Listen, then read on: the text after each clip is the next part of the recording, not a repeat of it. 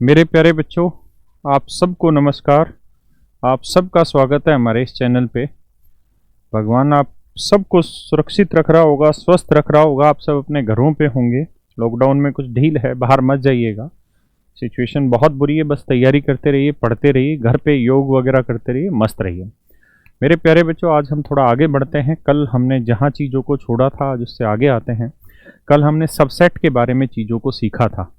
आज थोड़ा सा उससे और चीज़ों को आगे बढ़ते हैं और चीज़ों को जानते हैं। तो मेरे प्यारे बच्चों, मान लीजिए मैंने आपको कहा कि let A B a subset, ना sorry, A is a set और इसका एलिमेंट है ए बी सी डी। अब मैं आपसे जानना चाह रहा हूं कि इसके सबसेट क्या क्या हो सकते हैं। तो आप कहेंगे सर, सबसे पहले तो हम ये कह देंगे कि सर हर एम्प्टी सेट जो होता है वो हर सेट का सबसेट होता है। Empty set is the subset of every set. और इस केस में हम इसको इस तरह से भी लिख सकते हैं कि क्योंकि यहां जो फाई है ये डिनोट कर रहा होगा एम्प्टी सेट को, और फाई चूंकि एलिमेंट नहीं है इस सेट के अंदर, तो हम ऐसा कर सकते हैं। अब मेरे प्यारे बच्चों आगे बढ़ते हैं।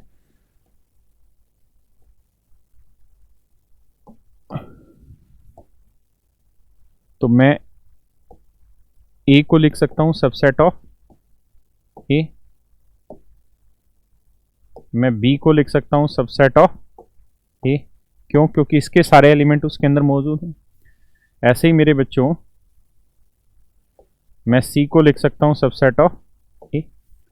तीन ही एलिमेंट से समझाते हैं, बहुत बड़ा नहीं करना, चीजों को समझना है। एग्जाम्पल भी बहुत है। अब मेरे बच्चों और क्या क्या हो सकते हैं सबसेट इसके? तो आप कहेंगे कि सर ऐसा भी तो हो सकता है कि ए और बी जो हो वो भी सबसेट हो ए के। तो इसमें भी कोई दो राय नहीं है, क्योंकि सबसेट का मतलब होता है कि इसका हर एलिमेंट इस सेट के अंदर मौजूद होना चाहिए। तो वो तो है ना। इसको और थोड़ा लिखें आगे, तो हम लिख सकते हैं कि बी और सी ये भी ए के सबसेट होंगे। और जी, हम चाहें तो इसको ऐसे भी लिख सकते हैं कि सी और ए जो होंगे ये भी ए के सबसेट होंगे। और जी, तो ए बी सी ये भी सबसेट होगा ए का, क्योंकि इस सेट के सारे एलिमेंट इस सेट के अंदर। मेरे प्यारे प्यारे बच्चों, इन चीजों के अलावा जो मैंने आपको लिखी हैं, इसके अलावा अगर आपकी नजर में कोई और ऐसा सेट हो, बन सकता हो, जो इस ए सेट का सबसेट हो सकता है, तो आप मुझे बताइए। ऐसा कोई और सेट जो आपकी समझ आ रहा हो और मुझे ना पता चल रहा हो, और जो इस ए सेट का सबसेट हो सकता है, तो आप मुझे बताइए। तो आप कहेंगे सर शायद नहीं। थोड़ी देर में वो शायद आपका हाँ भी बन जाएगा कि हाँ नहीं। देखिए, दो चीजें समझते हैं। सबसे पहली चीज तो ये कि एम्प्टी सेट जो होता है वो हर सेट का सबसेट होता है। दूसरी बात मेरे बच्चों ये क्या कि हर सेट अपने आप में दूसरे सेट का सबसेट होता है। हर सेट अपने आप में हर सेट अपने आप का भी सबसेट होता है। क्लियर है? हर सेट अपने आप का भी सबसेट होता है। क्यों? क्योंकि इस सेट के अंदर जो एलिमेंट है वो ए से ही तो उठा रखे हैं, तो यानी ये अपने आप का सबसेट होगा ही होगा। तो मेरे प्यारे बच्चों, एक शब्द होता है जिसे हम बोलते हैं, एक वर्ड है, उसको बोला जाता है पावर सेट। पावर सेट क्या होता है? पावर सेट, पावर सेट का मतलब होता है एक ऐसा सेट जिसके जितने सबसेट हो सकते हैं उन सब सबसेट की कलेक्शन कर लो। एक collection of all subsets of a set is called power set. और वेल डिफाइंड कलेक्शन को ही तो सेट कहते हैं। तो इस बात को हम ऐसे भी कह सकते हैं, जो मैंने पहले कहा, पहले तो उसको रिपीट कर देता हूं, कि एक ऐसी कलेक्शन या एक कलेक्शन ऑफ सेट्स, एक collection of every subsets of a set, यानी एक सेट के सभी सबसेट का कलेक्शन हमारा पावर सेट कहलाएगा। या हम इसको ऐसा कह सकते हैं, a set of subset, a set of subset of every of all set, a set of subset of all set is power set. तो अब पावर सेट के बारे में क्या डेफिनेशन है उसको पढ़ लेते हैं दोस्तों। एनसीईआरटी ने क्या लिखा हुआ है, वर्ड टू वर्ड भी आपको समझ में आ जाएगा, बाकी मैंने जो समझाई आप उसको ध्यान रखिए। The collection of all subsets, यानी जितने भी सबसेट हो सकते हैं उन सारे सबसेट का जो कलेक्शन होगा। मान लीजिए एक सेट था ए, मान लेते हैं एक सेट था ए, ये आप सबने उतार या इसको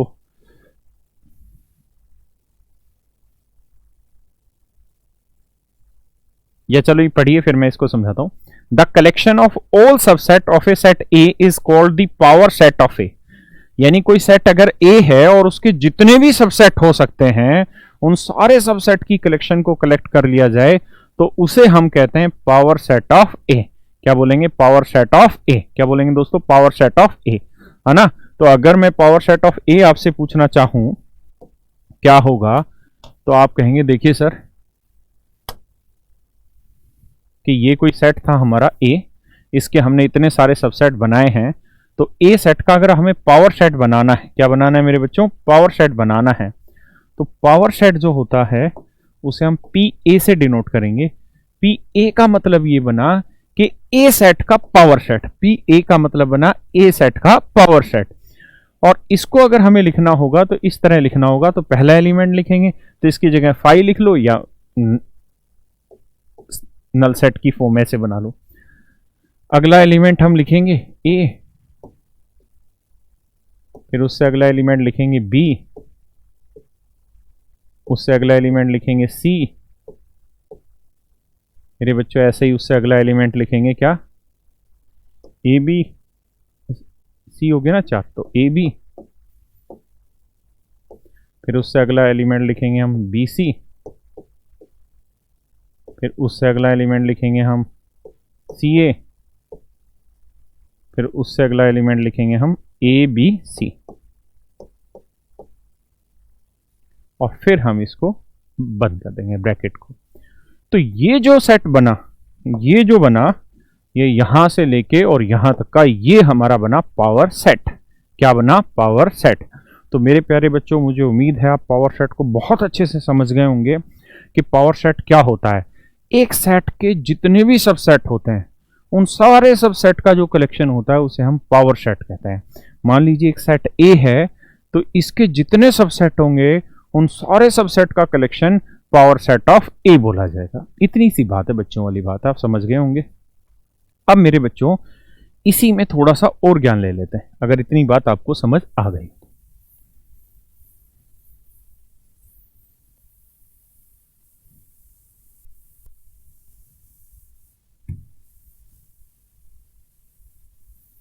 तो मेरे प्यारे प्यारे बच्चों मैंने अभी आपको ये बताया कि पी ए का मतलब बना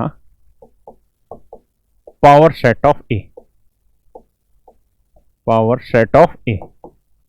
and what is power set, वो भी मैंने डिफाइन किया कि ए सेट के जितने सबसेट हैं उन सब का कलेक्शन कर लीजिए, वो पावर सेट हो जाएगा। जी आगे आते हैं। अगली बात ये है मेरे प्यारे बच्चों कि अगर मैं इसे ऐसे लिख दूं तो इसका क्या मतलब हुआ, तो इसका मतलब हुआ number of elements in number of elements in power set A, number of elements in power set A, number of element in power set A, number of elements in power set A। तो मेरे प्यारे बच्चों NPA का अर्थ क्या है वो भी बात आप अच्छे से समझ गए, पीए का अर्थ भी आप समझ गए। जैसे अगर यहीं इस पावर सेट के नंबर ऑफ एलिमेंट की मैं आपसे बात करूं कि बताओ बेटा कितने हैं, तो आप कहोगे देखिए सर 1 2 3 4 5 6 7 8, तो कितने पावर सेट बन गए ना, कितने एलिमेंट बने बच्चे 8, तो इसे हम लिखेंगे ऐसे। तो यहां तक किसी को कोई दिक्कत है नहीं। अब मेरे बच्चों किसी भी सेट को पावर सेट में बनाना आपको आ गया, लेकिन एग्जाम में ऐसा पूछ लेता है कि कोई सेट देगा और उसमें नंबर ऑफ एलिमेंट दे देगा और कहेगा कि इसका जो पावर सेट बनेगा उसमें नंबर ऑफ एलिमेंट क्या होंगे, उसमें नंबर ऑफ एलिमेंट क्या होंगे। तो आपने देखा कि यहां पे हमने एक सेट ए लिया था और उस सेट के जो एलिमेंट्स थे हमारे क्या क्या थे, वो ए, बी और सी। फिर हमने उसका पावर सेट बनाया। ऐसे ही मैं एक और सेट ले लेता हूं सो दैट आप समझ पाए चीजों को। क्या कि मान लीजिए एक सेट ले लिया मैंने ए, इसके एलिमेंट ले लिए मैंने ए और बी। अब मैं कहूं यार इसका पावर सेट बनाओ, तो आप ये कहेंगे इसके सबसेट क्या क्या हो सकते हैं। तो सबसे पहले तो आप इसका बनाएंगे तो ऐसे लिखेंगे, तो आप कहेंगे सबसे पहले तो सर लिख लेते हैं एम्प्टी सेट। जो फाई होता है वो एम्प्टी सेट को डिनोट करता है, और चूंकि इसका कोई भी एलिमेंट फाई नहीं है इसलिए हम फाई लिख रहे हैं। अगर इसका एलिमेंट कोई फाई होता तो फिर मैं यहां ये वाला डिनोट करता इस तरीके से, ठीक है। अब मेरे प्यारे बच्चों एक तो फाई हो गया, अगला आप कहेंगे सर एक ए हो सकता है और एक सर बी हो सकता है और एक सर ए बी हो सकता है। तो ये मेरे बच्चों पावर सेट ऑफ ए बना। तो यहां तक मुझे लगता है आपको किसी को कोई दिक्कत नहीं रहेगी, यहां तक कि आपको सारी बातें मेरी समझ आई होंगी। अब मुझे लगता है थोड़ा आगे बढ़ना चाहिए चीजों पे। एक चीज पे आते हैं कि number of elements in power set ए, वो बताइए मुझे क्या होंगे। तो आप कहेंगे 1 2 3 4। यहां मैं आपसे पूछ रहा था कि number of element in power set a, तो आपने मुझे आंसर दिया कितना, 8। तो मेरे प्यारे बच्चों इसका एक शॉर्टकट होता है क्या कि अगर मान लीजिए number of element in set A is m, कि अगर कोई सेट ए है और उसमें नंबर ऑफ एलिमेंट एम है, अगर कोई सेट ए है और उसमें नंबर ऑफ एलिमेंट एम है, तो इसका जो पावर सेट बनेगा उसमें जो नंबर ऑफ एलिमेंट होंगे ना वो हमेशा ही 2 रेज़ टू पावर एम होंगे।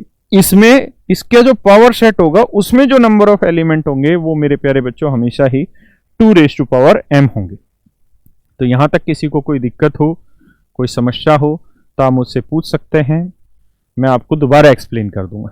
अगर यहां देखें तो ये बताइए इस सेट में कितने एलिमेंट थे, 2, 1 और 1 2। तो पावर सेट में कितने एलिमेंट होंगे, तो उसका आंसर आप देंगे क्या, 2 रेज़ टू पावर एम। तो यहां 2 raise to power m, m की वैल्यू क्या बनी 2, एम का मतलब element in power, element in set a, तो वो 2 है, तो 2 रेज़ टू पावर 2 एलिमेंट बन गए 4। अगर मैं यहां की बात करूं कि बताओ यार कि भैया इसके अंदर कितने एलिमेंट हैं, मैं या इस पावर सेट के अंदर कितने एलिमेंट बनेंगे, तो आप सबसे पहले ये देखिए कि जो सेट ए था उसके अंदर कितने एलिमेंट थे, तो 1 2 3, तो इसमें एलिमेंट होंगे 2 रेज़ टू पावर एम यानी 2 रेज़ टू पावर 3 मतलब 8 एलिमेंट होंगे। यहां तक क्या किसी को दिक्कत है, किसी तरह की कोई दिक्कत हो आप आराम से 10 सेकंड 20 सेकंड इसको निहारिए, देखिए, नजरों का वेग सीधे बोर्ड की तरफ रखिए। मैं एक और एग्जांपल ले लेता हूं आपको समझाने के लिए। क्या कि मान लीजिए ए कोई सेट है और इसके अंदर मेरे प्यारे बच्चों एलिमेंट ले ले रहे हैं हम a b c d e f, और मैं आपसे कहूं कि नंबर ऑफ एलिमेंट्स बताओ बच्चे ए सेट में, तो आप कहेंगे 1 2 3 4 5 6, तो 6 एलिमेंट है। अब मैं कहूं आपको कि यार नंबर ऑफ एलिमेंट्स बताओ पावर सेट ऑफ ए के, तो आंसर होगा 2 रेज़ टू पावर एम यानी 2 raise to power m means number of element in set a. M को हम number of element in set a represent कर रहे हैं, तो एम की वैल्यू 6 है, तो 2 रेज़ टू पावर 6 क्या होती है 64, ये हमारा आंसर हो गया। तो मेरे प्यारे बच्चों ये होता है हमारा क्या, ये होता है हमारा क्या मेरे बच्चों, क्या होता है भाई, पावर सेट। तो यहां तक उम्मीद है आपको चीजें समझ आई होंगी। अब थोड़ा सा और आगे बढ़ते हैं, चीजों को थोड़ा और गहराई में जानते हैं। देखिए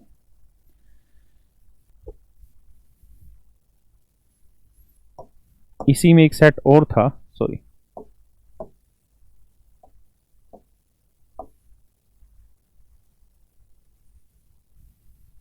तो ये पावर सेट आपको समझ आ गया होगा। मैं आगे चलता हूं, एक बार इसके थ्योरेटिकल पार्ट को पढ़ा देता हूं दोबारा से कि पावर सेट क्या होता है, एनसीईआरटी ने क्या थ्योरी दी है। देखिए दोस्तों, कोई भी कंपटीशन हो सब एनसीईआरटी से ही शुरू होते हैं, तो यहाँ चीज़ों का आना बहुत ज़रूरी है, तो इसलिए इन बातों पे ध्यान रखिए। अगर मैं यहाँ पे आऊँ तो डेफिनेशन 5 में आपको लिखा हुआ है, the collection of all subset of a set A is called the power set of A, it is denoted by P A. P A means power set of A. अगला पॉइंट ये था कि अगर मान लीजिए एक सेट है और उसके अंदर एक एलिमेंट एक और दो है और सेट का नाम ए है, तो इसके पावर सेट में 4 एलिमेंट होंगे, 1 2 3 4। अब आगे एक फॉर्म दे रखी है कि number of element in any power set is 2 raise to power m। तो ये मैं आपको समझा चुका हूँ क्या है, m का मतलब है number of element in set ए। ठीक है जी। अब मेरे प्यारे बच्चों, हम चलते यूनिवर्सल सेट पे, है ना, कि जी यूनिवर्सल सेट क्या होता है, इसके बारे में बात कर लेते हैं।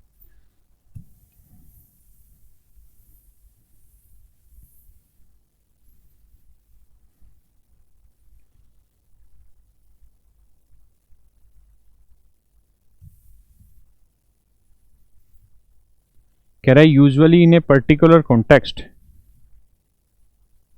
आप एक बार के लिए पढ़िए बच्चे, एनसीईआरटी बड़ा जरूरी है पढ़ना, उसके बिना बात नहीं बनेगी, तो एक बार आप पढ़िए फिर मैं समझाता हूं।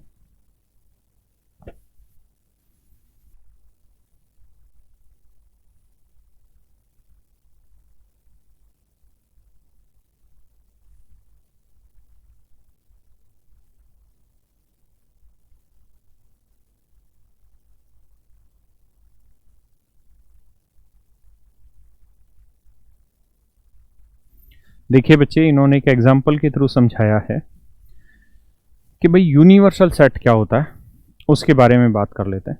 जैसे मान लीजिए 3-4 सेट है ना। जैसे हमने एक सेट लिया, यहाँ पे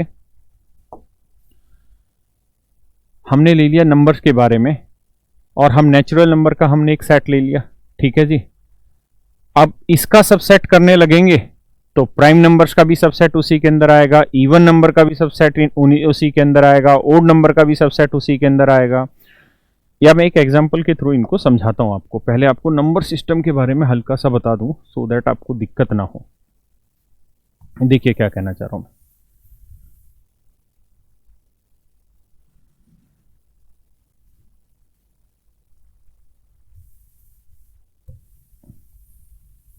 मेरे प्यारे बच्चों, मैं आपको ये कहना चाह रहा हूं कि एक बार नंबर लाइन को समझ लेते हैं, या नंबर्स को।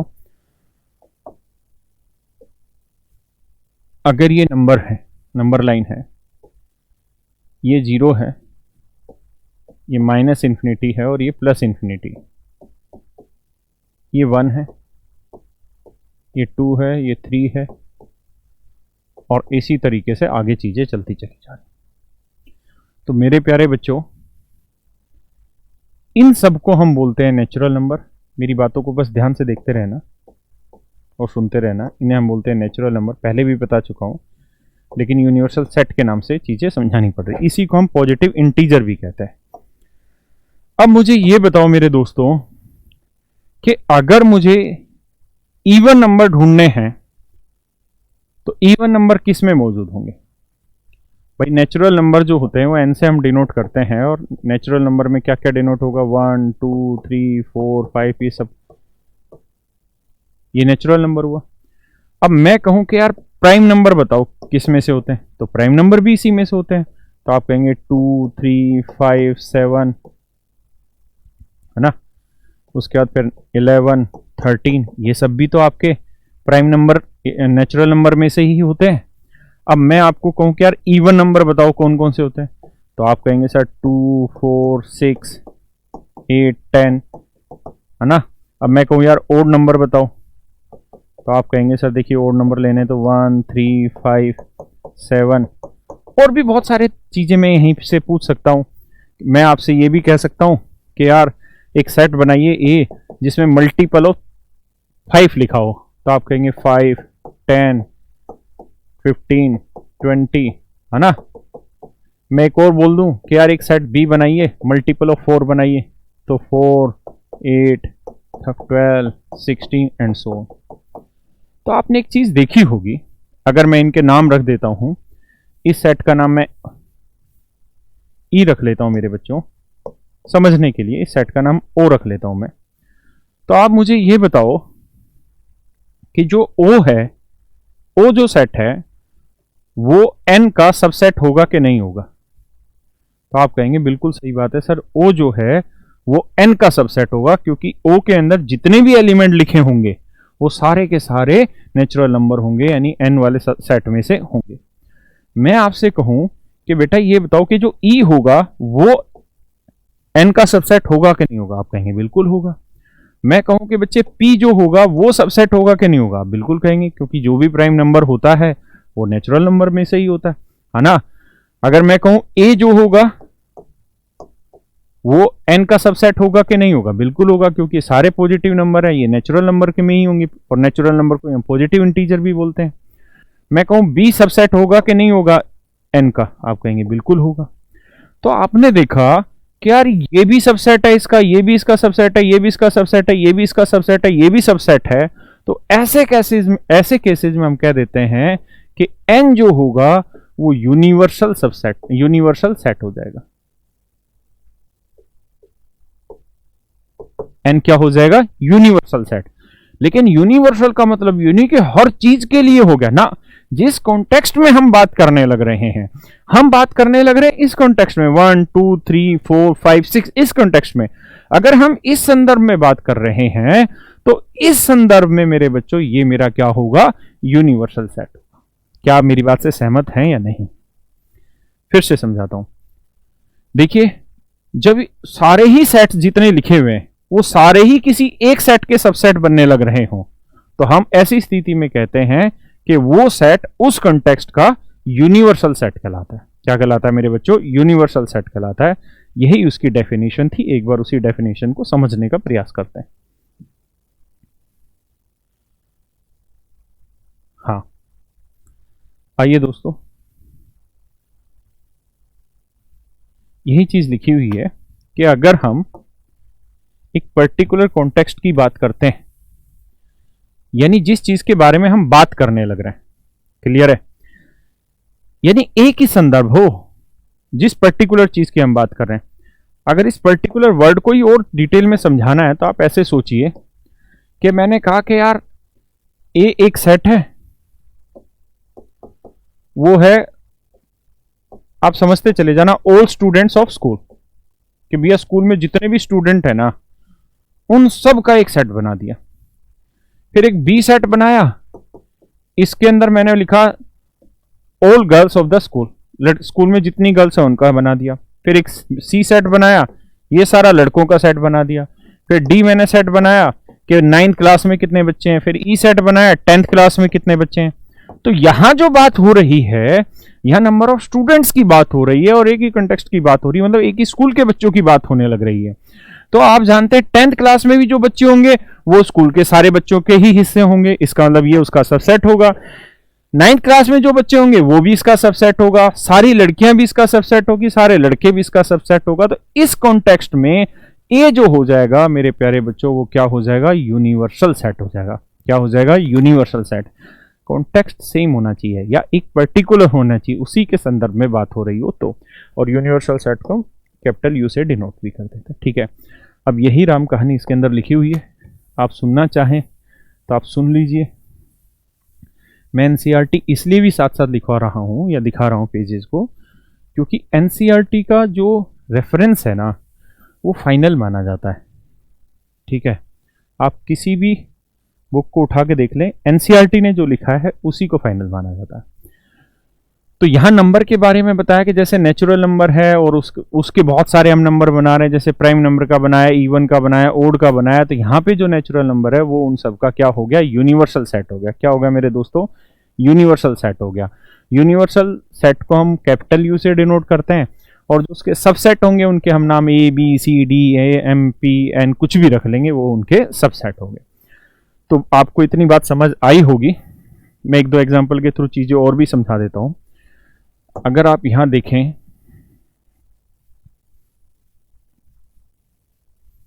और मेरी बात को समझने का प्रयास करें तो मैं आपको ये कहना चाह रहा था कि हम यहां माइनस इन्फिनिटी लेते हैं मेरे बच्चों, यहां हम प्लस इन्फिनिटी लेते हैं। ये मेरे बच्चों 0 होता है, ये +1 रहता है, ये +2 रहता है, ये +3 रहता है एंड सो ऑन। इधर ये सारी वैल्यू -1 -2 -3 रहती हैं। इस तरीके से ये चलती है चीज़ें। तो अब ज़रा मेरी बात को ध्यान से देखिए मेरे बच्चों। अगर मैं आपसे ये पूछ बैठूं कि मेरे प्यारे बच्चों रियल नंबर क्या होते हैं, तो आपका आंसर क्या होगा? तो आप कहेंगे sir every number that can be represented on A number line is called real number. कोई भी नंबर, मेरे बच्चों जोर से बोलो, कोई भी नंबर जिसे हम नंबर लाइन पे रिप्रेजेंट कर पाए, रियल नंबर कहलाता है ना। तो नंबर लाइन पे जितने भी पॉइंट होते हैं या जो भी रिप्रेजेंटेशन होता है वो सब रियल नंबर कहलाते हैं। अब मेरे बच्चों आगे की बातों को समझिए थोड़ा सा, क्या कि ये होते हैं हमारे नेचुरल नंबर, है ना। इसी को ही हम पॉजिटिव इंटीजर भी बोलते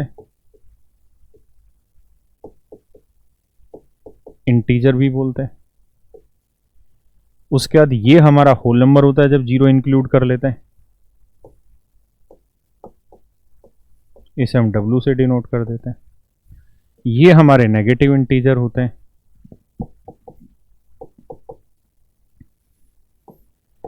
ये हमारा 0 इंटीजर होता है।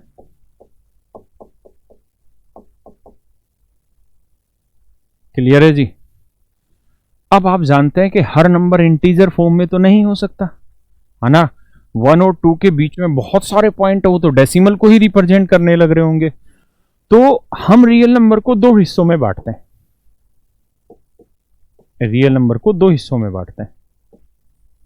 और रियल नंबर को किससे डिनोट करते हैं? R से डिनोट करते हैं, ध्यान रखना। पहला तो हम बांट लेते हैं डेसिमल में, कि भाई या तो नंबर डेसिमल में होगा या इंटीजर में होगा। तो इंटीजर में क्या क्या होगा वो मैंने आपको सारा समझा दिया, ठीक है भाई। अब हम बात करते हैं डेसिमल। तो ये भी मैंने 9th क्लास में आपको पढ़ा रखा है, प्लीज और प्लीज आप उस वीडियो को जाके देख लीजिए। या मैं करूंगा क्या कि 1 से 2 दिन के अंदर एक वीडियो शूट कर देता हूं इन नंबर्स के बारे में, 40 से 45 मिनट की, ताकि ये सारी चीजें उसके अंदर मैं शामिल करा दूं। तो डेसिमल जो होता है वो 2-3 तरीके का होता है। सबसे पहला तो टर्मिनेटिंग होता है, टर्मिनेटिंग डेसिमल होता है ना। दूसरा हमारा नॉन टर्मिनेटिंग डेसिमल होता है, non terminating but repeating decimal होता है। तीसरा नॉन टर्मिनेटिंग और नॉन रिपीटिंग डेसिमल होता है। तो ये जो पहले दोनों होते हैं, टर्मिनेटिंग और दूसरा नॉन टर्मिनेटिंग बट रिकरिंग, ये हमारे कहलाते हैं रेशनल नंबर। क्या कहलाते हैं मेरे बच्चों? Rational number. क्या कहलाते हैं? Rational number. और जो नॉन टर्मिनेटिंग नॉन रिकरिंग होता है ये कहलाता है हमारा प्यारे बच्चों इरेशनल नंबर। क्या कहलाता है? Irrational number. और इन सबको हम किस किस नाम से डिनोट करते हैं ये सब आपने छोटी मतलब पिछली क्लासों में देखा होगा। मैंने जब सेट आपको एक्सप्लेन किया था तो वहां पे ये सारी की सारी चीजें आपको बताई थी कि भैया जो रेशनल नंबर होते हैं हम उनको Q से डिनोट करते हैं। इंटीजर भी रेशनल नंबर होता है, और जो इरेशनल नंबर है ये इरेशनल नंबर होते हैं, इसे आप समझिए T से डिनोट कर लेते हैं ताकि आप आगे की बातें समझ पाए। तो ये सारे जितने भी इंटीजर हैं ये सारे क्या कहलाए? Rational number. तो नंबर लाइन पे क्या रेशनल नंबर ही रिप्रेजेंट होते हैं? नहीं, रेशनल भी रिप्रेजेंट होता है, √2 भी रिप्रेजेंट हो जाता है, √3 भी रिप्रेजेंट हो जाता है, √5 भी रिप्रेजेंट हो जाता है, √π भी रिप्रेजेंट हो जाएगा, है ना। और बहुत सारी, चलिए इसको अभी नहीं लेते, बहुत सारी चीजें रिप्रेजेंट हो जाती हैं। तो मेरे प्यारे बच्चों ये एक सेट हो गया, ये एक सेट हो गया, ये एक सेट हो गया। अब नेचुरल नंबर के अंदर बहुत सारे सेट बन जाएंगे, प्राइम नंबर के, इवन के, ओड के, है ना। परफेक्ट नंबर का भी एक सेट बनता है। परफेक्ट नंबर क्या होता है आप जानते हैं? परफेक्ट नंबर ऐसा नंबर होता है जिसके फैक्टर्स का जो सम है अगर उसी नंबर के इक्वल आ गया तो परफेक्ट नंबर होता है। उस नंबर को हटा के, जैसे मैं एक वीडियो बना देता हूं 40 मिनट की जिसमें ये सारी चीजें शामिल हो। एक होता है परफेक्ट नंबर, जैसे 6 है तो 6 के फैक्टर करेंगे तो 1 होगा, 2 होगा, 3 होगा, 6 होगा। तो 6 में 6 को हटा दो, 6 के फैक्टर से 6 को हटा दो। अगर बाकी फैक्टर्स का सम इस नंबर के इक्वल आ गया, जैसे 3 और 2 5 और 1 6, अगर इसके इक्वल आ गया तो इसे हम परफेक्ट नंबर बोलते हैं। कितने नंबर, कौन सा नंबर बोलते हैं? परफेक्ट नंबर बोलते हैं। कुल मिला के 4 परफेक्ट नंबर है। मैं अभी 40 मिनट की वीडियो लूंगा तो वहां इन चीजों को और डिटेल में आपको समझा दूंगा। अभी आइए मेरी बात पे। तो आपने देखा होगा ये सारे के सारे सेट है रेशनल नंबर का। अगर इन सारी चीजों की बात करें, ये सारी कहानी, तो इस सारी कहानी के अंदर रेशनल नंबर भी एक सब मतलब यूनिवर्सल सेट हो सकता है। अगर हम और बड़े लेवल पे बात करें तो पूरी ही नंबर लाइन को रिप्रेजेंट करने वाली चीजें करें तो नंबर लाइन पे तो बहुत सारे सेट होंगे, लेकिन अगर उनका यूनिवर्सल सेट बनाए मेरे बच्चों तो क्या हो जाएगा? तो आप कहेंगे सर वो रियल नंबर हो जाएगा। और रियल नंबर क्या हो जाएगा? इसका यूनिवर्सल सेट हो जाएगा। रियल नंबर क्या हो जाएगा? यूनिवर्सल सेट हो जाएगा। मेरी बात समझ पाए? हाँ या ना? तो इस तरीके से यूनिवर्सल सेट का मतलब हुआ एक ऐसा सेट जो हर सेट को रिप्रेजेंट कर देता हो, यानी हर सेट उस सेट का सबसेट बनता हो। तो ऐसे सेट को हम मेरे बच्चों यूनिवर्सल सेट कहते हैं। उम्मीद है आपको मेरी इतनी बात समझ आई होगी। कोई दिक्कत हो तो हम मुझसे पूछ लीजिए, है ना? वैसे इसमें इतना कुछ खास है नहीं। यूनिवर्सल सेट शब्दों का अर्थ है वो आप समझ गए होंगे। यूनिवर्सल सेट मैंने बता दिया है, इसको एक बार समझ लीजिए। नंबर्स के बारे में तो आप एक बात बताइए मुझे दोस्तों कि जो नेचुरल नंबर होता है वो इंटीजर की मतलब अगर इंटीजर का मैं सेट बनाऊं तो इंटीजर को आप जानते हैं किससे डिनोट किया जाता है? ये वर्ड बड़े जरूरी है, बाद में दिक्कत आती है। इंटीजर को हम जेड से डिनोट करते हैं। और इंटीजर कैसे होते हैं? पॉजिटिव भी होते हैं, नेगेटिव भी होते हैं। तो माइनस, आप समझे हैं इसे लिखना, तो इस तरह से लिखेंगे 3 डॉट डाल के, फिर -2 -1 0 1 2 3 4 और फिर इस तरह। ये हुआ मेरे बच्चों हमारा इंटीजर का। अब अगर हम बात करें मेरे दोस्तों नेचुरल नंबर की, नेचुरल नंबर, तो नेचुरल नंबर को हम n से डिनोट करते हैं। नेचुरल नंबर में जो सेट रहता है वो क्या रहता है? पॉजिटिव इंटीजर रहते हैं। 1 2 3 4 ये सारे नेचुरल नंबर रहते हैं। अब अगर मैं बात करूं आपसे किसकी, कि भैया रेशनल नंबर की, रेशनल नंबर, वो नंबर जिन्हें हम p/q की फॉर्म में लिख पाए, उसे हम q से डिनोट करते हैं। तो उसके अंदर क्या आ जाता है? उसके अंदर इंटीजर भी आ जाता है ना, और नॉन इंटीजर वैल्यू भी आ जाती है, डेसिमल वैल्यू भी। मैंने आपको बताया था कि हमने रियल नंबर को 2 हिस्सों में बांटा था। एक हिस्सा हमने बनाया था इंटीजर का, एक हमने हिस्सा बनाया था डेसिमल का। तो इंटीजर तो रेशनल है ही, साथ में जो डेसिमल है उसमें जो टर्मिनेटिंग है, और दूसरा जो नॉन टर्मिनेटिंग और रिकरिंग है, नॉन टर्मिनेटिंग बट रिकरिंग है, वो भी हमारा रेशनल नंबर है। तो रेशनल नंबर क्यू हो गया जिन नंबर को p/q की फॉर्म में रिप्रेजेंट कर रहा है।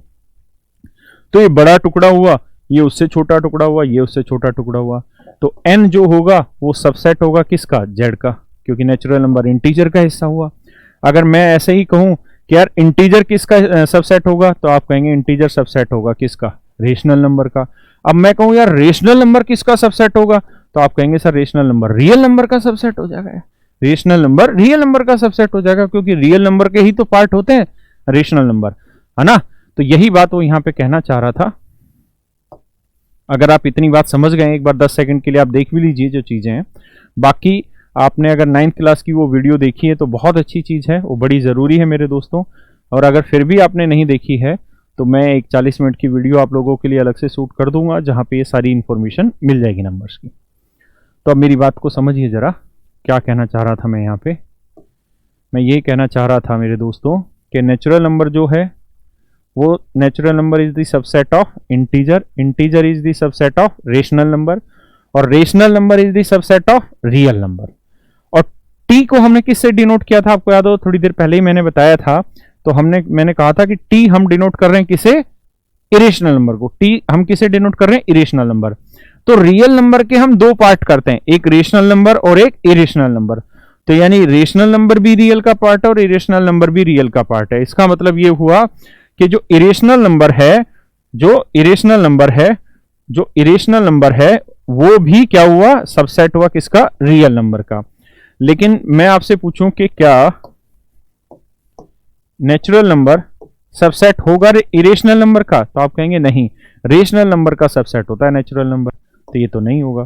तो यही चीज यहां पे कहलाई गई है। तो ये एक छोटा सा टॉपिक था क्या, कि set subset of real number, subset of real number, subset of real number.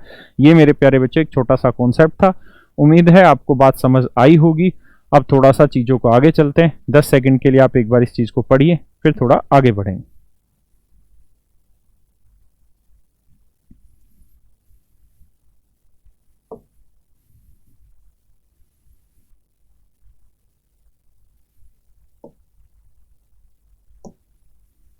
अब आते हैं sir, interval as subset of real number. देखिए बहुत आसान सी चीज है, बस आप समझ लीजिए एक बार में। आग का दरिया है और डूब के जाना है आपको, तो आओ डूबे। देखिए दोस्तों, interval as subset of real number, कि भैया रियल नंबर में जो इंटरवल होता है वो सबसेट किस तरीके से रिप्रेजेंट करता है, एक बार उस बात को समझ लेते हैं। देखिए जरा, मैं एक दो एग्जांपल के थ्रू आपको बातें समझाने की कोशिश करता हूं। आप मुझे एक बात बताइए यार, क्योंकि आप समझदार हैं और आप इस बात को जानते हैं कि नंबर लाइन क्या होती है और नंबर लाइन पे डाटा रिप्रेजेंट कैसे किया जाता है। तो अगर मैं आपसे ये कहूं कि मेरे बच्चों कोई दो नंबर हैं 5 और 6, तो आप मुझे बताइए 5 और 6 के बीच में कितने रेशनल नंबर है, 5 और 6 के बीच में कितने रेशनल नंबर हैं, इस बात की आप मुझे जानकारी दीजिए। तो आप कहेंगे देखिए सर, अगर ये नंबर लाइन है, अगर ये नंबर लाइन है और यहां मान लीजिए 0 आ रखा है और ऐसे चलते चलते यहां 5 आ रखा है और यहां 6 आ रखा है, और आप इसके बीच में रेशनल नंबर निकालना चाहते हैं, तो मेरे प्यारे बच्चों किन्हीं दो नंबर्स के बीच में इनफाइनाइट रेशनल नंबर होता है।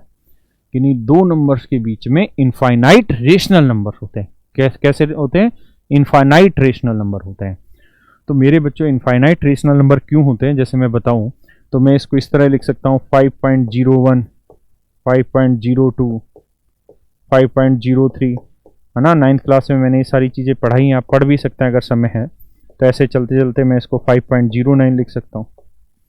आप और इसे ब्रेक करना चाहें तो नेक्स्ट टाइम आप क्या कर लें, 5.001 या 01, 5.02, ऐसे बढ़ते बढ़ते 5.99 आ जाएगा। और ब्रेक करना चाहेंगे तो 5.001, तो 5.002, इसी तरह ब्रेक करते चले जाएंगे तो 5.9999, है ना। तो आप देखेंगे कि दो नंबर्स के बीच में बहुत सारे इरेशनल नंबर लिखे जा सकते हैं, इनफाइनाइट इरेशनल नंबर लिखे जा सकते हैं। तो ये जो इनफाइनाइट इरेशनल नंबर लिखे जा सकते हैं, तो इसको कैसे रिप्रेजेंट किया, सॉरी इनफाइनाइट रेशनल नंबर लिखे जा सकते हैं, इरेशनल में गलत बोल रहा था, इरेशनल भी इनफाइनाइट लिखे जा सकते हैं, नो डाउट। तो दो नंबर के बीच में बहुत सारे रियल नंबर रखे जा सकते हैं, दो नंबर के बीच में इनफाइनाइट रियल नंबर पुट किए जा सकते हैं। रियल नंबर भी, रेशनल नंबर भी रखे जा सकते हैं और इरेशनल भी रखे जा सकते हैं। तो आज से इस बात को ध्यान रखिए कि अगर आपसे कोई ये पूछ बैठे कि दो नंबर्स के बीच में कितने रियल नंबर आ सकते हैं, तो आपका आंसर हमेशा यही होगा कि सर इनफाइनाइट रियल नंबर रखे जा सकते हैं।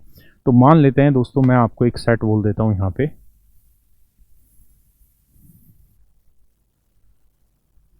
एक कोई सेट बना लेते हैं, ठीक है जी। सेट बिल्डर फॉर्म में बना रहा हूं मैं। तो सेट बिल्डर फॉर्म में बनाएंगे तो मैं लिख ले रहा हूं the set of all x such that x is greater to 4 and lesser to 7, where x is real number. या मैं इसको और अच्छे से बनाऊं तो मैं इसको ऐसे लिख लेता हूं 5 और यहां मैं लिख देता हूं 6। इसका मतलब मैंने आपको बताया था, ग्रीक साइन होता है, इसका मतलब होता है वेयर। अब मेरे प्यारे बच्चों, मैं आपको एक और सेट बना के दिखाता हूं। एक सेट ए बनाया, the set of all x such that x is greater than 2 and less than 10 where x belongs to natural number. अब मेरे प्यारे बच्चों मैंने एक और सेट बनाया, A the set of all x such that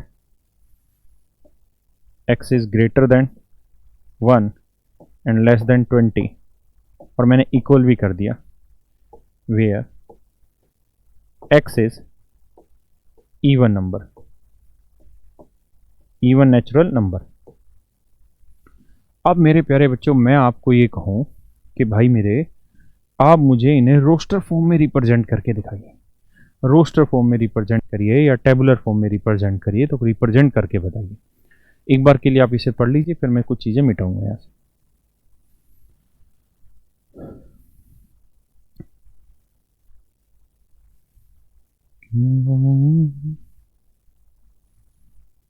आपको अब वीडियो रोज लगातार मिलती चली जा रही है, तो आपको कोई दिक्कत नहीं है, बस मन करके पढ़ते चले जाइए, अपने यार दोस्तों को जोड़ते चले जाइए, क्योंकि हमारा जो मनोबल है वो इसी चीज़ से बढ़ता है, हमारा कॉन्फिडेंस इसी बात से बढ़ता है कि जो हमें देखने वाले हैं उनकी संख्या डे बाई डे बढ़ती चली जा रही है और उनको कुछ फ़ायदा हो रहा है। अगर आपको कोई फ़ायदा नहीं होगा तो फिर पढ़ाने का अर्थ नहीं होगा, और जीवन है ही अर्थपूर्ण, मीनिंगफुल जीवन होना चाहिए लाइफ। तो मेरे प्यारे बच्चों, अब मेरी बात को समझिए। अब मैं आपको ये कह दूं, यहां क्या कह दूं, ये कह दूं कि भैया इसको रोस्टर फॉर्म में बनाओ, तो आप कह देंगे जी लो बना दिया।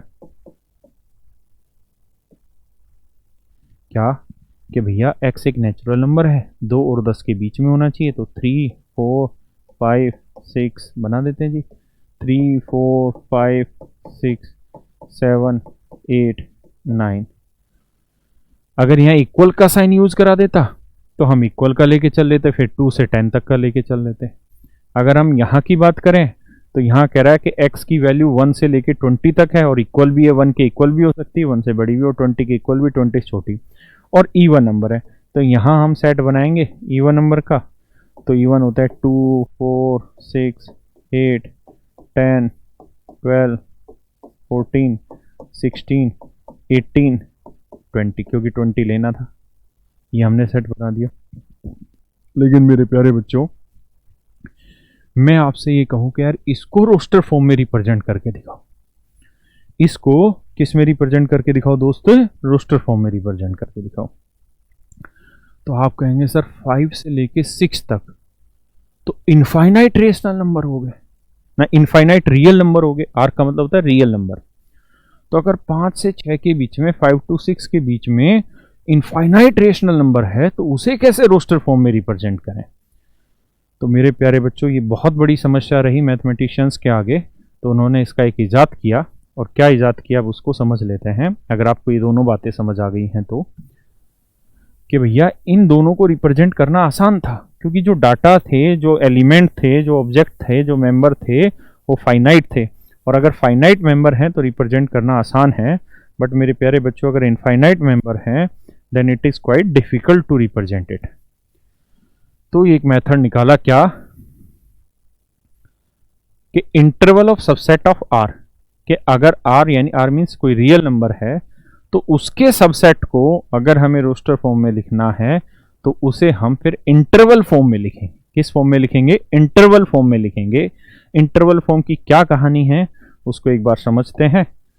बस मुझे तो शब्द दिखाने थे कि ये एनसीईआरटी ने दे रखे हैं, हम जो पढ़ा रहे हैं वो सारे का सारा यूजफुल चीज़ पढ़ा रहे हैं, कोई ऐसी चीज़ नहीं पढ़ा रहे हैं जो अपने ज्ञान का बखान करने के लिए हो। हर चीज़ एनसीईआरटी से पढ़ाने लग रहे हैं। जब ये चीज़ें ख़त्म हो जाएंगी तब हम आरडी शर्मा उठाएंगे और वहाँ आरडी शर्मा से इन्हीं चीज़ों को पढ़ाएंगे। देखिए मेरे दोस्तों, अगर ये नंबर लाइन है, अगर ये नंबर लाइन है और ये कोई 0 नंबर था, ये हमारा 5 है और ये हमारा 6 है। अगर 5 to 6 के बीच में हमें, 5 to 6 के बीच में मेरे बच्चों हमें क्या लेना है, अगर हमें रियल नंबर सर्च करने हैं तो इसे हम इस तरीके से दिखाते हैं कि यहाँ इस तरह से गहरा डॉटेड कर देते हैं और यहाँ 6 पे भी डॉटेड कर देते हैं, यानी जिससे जिसके बीच में वैल्यू हमें चाहिए, यानी इनके बीच में चाहिए, तो इस तरीके से हम इसे डिनोट कर देते हैं। तो ये हो गया हमारा 5 to 6 के बीच के रियल नंबर, क्योंकि जितने भी रियल, अच्छा यहाँ बिलोंग्स था बच्चे, यहाँ 5 to 6 के बीच में जितने भी रियल नंबर होंगे वो यहीं तो रिप्रेजेंट हो रहे होंगे। अब इसको लिखा कैसे जाता है, तो इसको सेट को लिखना होगा ए को, तो इस तरीके से लिखेंगे, ये क्लोज ब्रैकेट 5 और यहाँ 6, ये क्लोज ब्रैकेट। इस क्लोज ब्रैकेट का मतलब ये हो गया कि हमने 5 को भी शामिल किया हुआ है और दोस्तों 6 को भी शामिल किया हुआ है, 5 को भी शामिल किया हुआ है और 6 को भी शामिल किया हुआ है। अगर मैं आपको ये कहता मेरे बच्चों, इस बात को आप समझ चुके हैं कि अगर हमने 5x जो है वो 5 के इक्वल है और x 6 के भी इक्वल है, यानी 6 से छोटा भी और 6 के इक्वल, 5 के इक्वल भी 5 से बड़ा भी, तो वहां हमने क्लोज ब्रैकेट लगाई है। यानी अगर हमें इस चीज को लिखना होता तो हम फिर यहां पे ये वाली ब्रैकेट यूज करेंगे और यहाँ 5 to 6। इसका मतलब ही ये होगा, यानी हमने एक नया तरीका निकाला, गणितज्ञों ने, मैथमेटिशियन ने एक नया तरीका निकाला कि यार अगर रियल नंबर के सबसेट निकालने होंगे तो उसे कैसे लिखा जाए रोस्टर फॉर्म में। तो बताया कि यार इस तरीके से लिख लो। अब मान लीजिए मैंने एक और एग्जांपल आपको लिया, the set of all x. अब ये वाली ब्रैकेट यहां नहीं लगेगी या ये वाली ब्रेसेज यहां नहीं लगेगी, ध्यान रखना इस बात का। The set of all x such that x is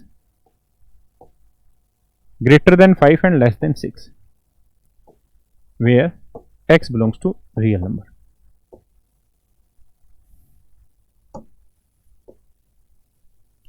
अब क्या हुआ जी कि x की जो वैल्यू 5 के इक्वल नहीं है, 5 से बड़ी है और 6 से छोटी है, तो इसको अगर हमें सबसेट की फॉर्म या रोस्टर फॉर्म में लिखना होगा तो यहां ओपन ब्रैकेट लगेगी, ऐसे 5 और ऐसे 6। क्या मेरी बात समझ पाए दोस्तों? हाँ या ना? क्या आप मेरी बात समझ पा रहे हैं? ऐसे ही अगर मैं एक और एग्जांपल दे देता, the set of all x such that x is greater then 5 but less then और इक्वल टू 6 वेयर, ये ऐसे घूमता नहीं है, सीधा रहता, वो तो मेरे हाथ से घूम रहा है, where x belongs to real number. तो अगर इसको बनाना होगा सेट, तो अब आपको ये देखना है दोस्तों कि 5 के इक्वल नहीं है, 5 से बड़ा है, तो बड़ा है तो ओपन ब्रैकेट यानी ओपन इंटरवल दिखाना है, और अगर 6 से बराबर इक्वल आ रखा है 6 के, तो फिर 6 की साइड से हम इसे क्लोज इंटरवल रिप्रेजेंट करें। क्लियर है? ऐसे ही मेरे बच्चों अगर मैं आपको ये कहूं, the set of all x such that x is greater और equal to 5 but less than 6 where x belongs to real number, तो इस केस में ए की जो वैल्यू लिखेंगे, अब हमें ये पता है कि x की वैल्यू 5 के इक्वल भी है, तो यहां से तो क्लोज इंटरवल लेना है, यानी 5 को भी शामिल करना है और यहां 6 को शामिल नहीं करना, तो इसको हम इस तरीके से डिनोट करते हैं। अब मेरी बात ध्यान से समझिए कि हमने क्या किया कि रियल नंबर के सबसेट्स को रिप्रेजेंट करने का एक तरीका निकाला, उस तरीके को हमने इंटरवल का नाम दे दिया। ठीक है, सबसेट ऑफ इंटरवल या interval of subset of real number, ठीक है, यानी आर के सबसेट निकाले। अब होता क्या है कि कुछ बुक्स में इन साइंस को कुछ और तरीके से भी दिखा रखा होता है, तो आप समझ लीजिए ये इसी तरीके से दिखा रखा होगा हर एक बुक में, क्योंकि क्लोज ब्रैकेट का कोई साइन उन्होंने नहीं बनाया, ओपन ब्रैकेट को उन्होंने उल्टा क्लोज कर दिया। जैसे ये ओपन ब्रैकेट है, यानी ना 5 लेना ना 6 लेना, तो इन्होंने उल्टा क्लोज करके इस तरह से लिख दिया। इसको इन्होंने क्या किया, इस ओपन वाली को उल्टा क्लोज कर दिया, ये 5 और 6 एज इट इज 5, ऐसे इसको, ये तो एज इट इज रहा ही जो क्लोज है, बस ओपन वाली को उन्होंने इस तरीके से उल्टा कर दिया। क्लियर है? तो ये उनका एक लिखने का तरीका है। अब बात आती आगे कि इनको रिप्रेजेंट कैसे किया जाता है सेट पे। तो एक बार मेरे बच्चों इनको पढ़ लो, फिर मैं आपको 10 सेकंड के लिए एक बार इसे देख लो, समझ लो, फिर मैं आपको इसे मिटा के थोड़ी चीजें और समझाता हूं।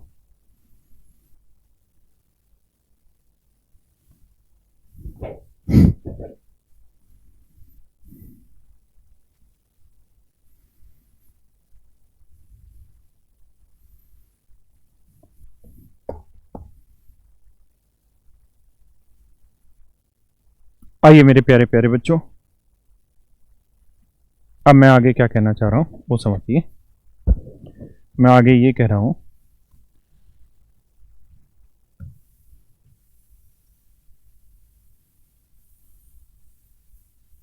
अगर इसे हमें नंबर लाइन पे रिप्रेजेंट करना है और मान लीजिए यहां 5 है और यहां 6 है, तो करना क्या होगा? अगर दोनों ही क्लोज्ड है यानी दोनों इक्वल है तो इस तरीके से घेरा कर देंगे यहां पे, और ये जो इंटरवल होगा ये 5 to 6 क्लोज इंटरवल को शो कर देगा। यानी 5 को इक्वल भी लेना है और 5 से बड़ा, 6 के इक्वल भी लेना है, 6 से बड़ा। यहां वाले में क्या करेंगे, जैसे आप जानते हैं ये 5 है और ये 6 है, तो इस तरीके से हम एक गोला लगाएंगे जो ओपन रहेगा, मतलब खाली है, इसका मतलब ओपन। इसका मतलब 5 को नहीं काउंट करना और ना 6 को काउंट करना, उनके बीच की वैल्यू को काउंट करना है। ऐसे यहां की बात करें तो 6 के इक्वल है, तो इसे इस तरीके से डिनोट करेंगे कि भैया जैसे ये 5 है और ये 6 है, तो 6 को तो डार्क कर लेना है सर्कल को इधर, और इसको थोड़ा ओपन रखना है।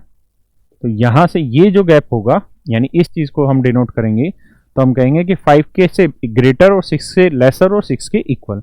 इसको डिनोट करना हो तो 5 के इक्वल है, तो मान लीजिए ये 5 है और ये 6 है, तो यहां इसको डार्क कर देंगे पूरे को हम, और यहां ओपन इंटरवल छोड़ देंगे। ठीक है दोस्तों, तो ये दोस्तों 1.3 एक्सरसाइज का सारा कॉन्सेप्ट था। ठीक है, अब इसमें थोड़ा सा आगे बढ़ते हैं, एक चीज और मुझे बतानी है, वो समझ लेते हैं। ठीक है, अगर इतनी बात आपको समझ आ गई है तो क्या, मान लो यार कोई सेट था जो सेट बिल्डर फॉर्म में दे रखा था और उसके कुछ एलिमेंट रहे होंगे, जैसे यहाँ 5 6 थे, तो मान लीजिए उसके एलिमेंट रहे होंगे ए बी, तो हो सकता है उसकी रोस्टर फॉर्म ऐसे बनी हो, है ना। यहाँ ध्यान रखना वो ये वाला नहीं बनाना है, क्योंकि ये इंटरवल वाला गेम हो गया, रियल नंबर में ही चले गए। या हो सकता है उसकी ऐसे बनी हो क्लोज ब्रैकेट और इधर से ओपन बना रखी हो, या ऐसे हुई हो कि यहाँ से ओपन हो और यहाँ से क्लोज ब्रैकेट लगा रखी हो, या ऐसे हो रखी हो, इस तरीके से हो रखी हो, ऐसे भी बन गई हो। तो मेरे प्यारे बच्चों, मैं यहां आपको कहना ये चाह रहा था कि ऐसे केसेस में आपसे एक चीज वो पूछ लेता है अक्सर, इसलिए वो जाननी जरूरी है। मैं लिखवा देता हूं, length of interval. Length of interval, तो लेंथ ऑफ इंटरवल आप हमेशा ध्यान रखिएगा b माइनस ए होगा, यानी a और b दो दे रखे हैं, तो जो बड़ा नंबर है उसमें से छोटा नंबर सब्ट्रैक्ट करेंगे, तो ये हमेशा लेंथ ऑफ इंटरवल आता है, चाहे वो ऐसा इंटरवल हो या ऐसा इंटरवल हो या ऐसा इंटरवल हो या फिर ऐसा इंटरवल हो। अब मेरे प्यारे बच्चों, इसका थ्योरेटिकल पार्ट एक बार पढ़ लीजिए, आप देखेंगे कि जो मैंने पढ़ाया है वही बात यहाँ समझाई गई है कि ओपन इंटरवल है तो इस तरीके से, क्लोज इंटरवल है तो इस तरीके से, एक साइड क्लोज एक ओपन है इस तरह से, एक इधर ओपन इधर क्लोज, तो इस तरीके से होता रिप्रेजेंट। दूसरी चीज, ये मैंने कुछ एग्जांपल आपको दिए थे, इन्होंने यहाँ ए और बी के नाम से उन एग्जांपल को दिया है, तो उम्मीद है ये बातें आपको समझ में आ रही होंगी, है ना। ये कोई बहुत बड़ी चीजें नहीं है जो ना आ रही हो आपको समझ में। लेंथ ऑफ इंटरवल मैंने आपको बता दिया है,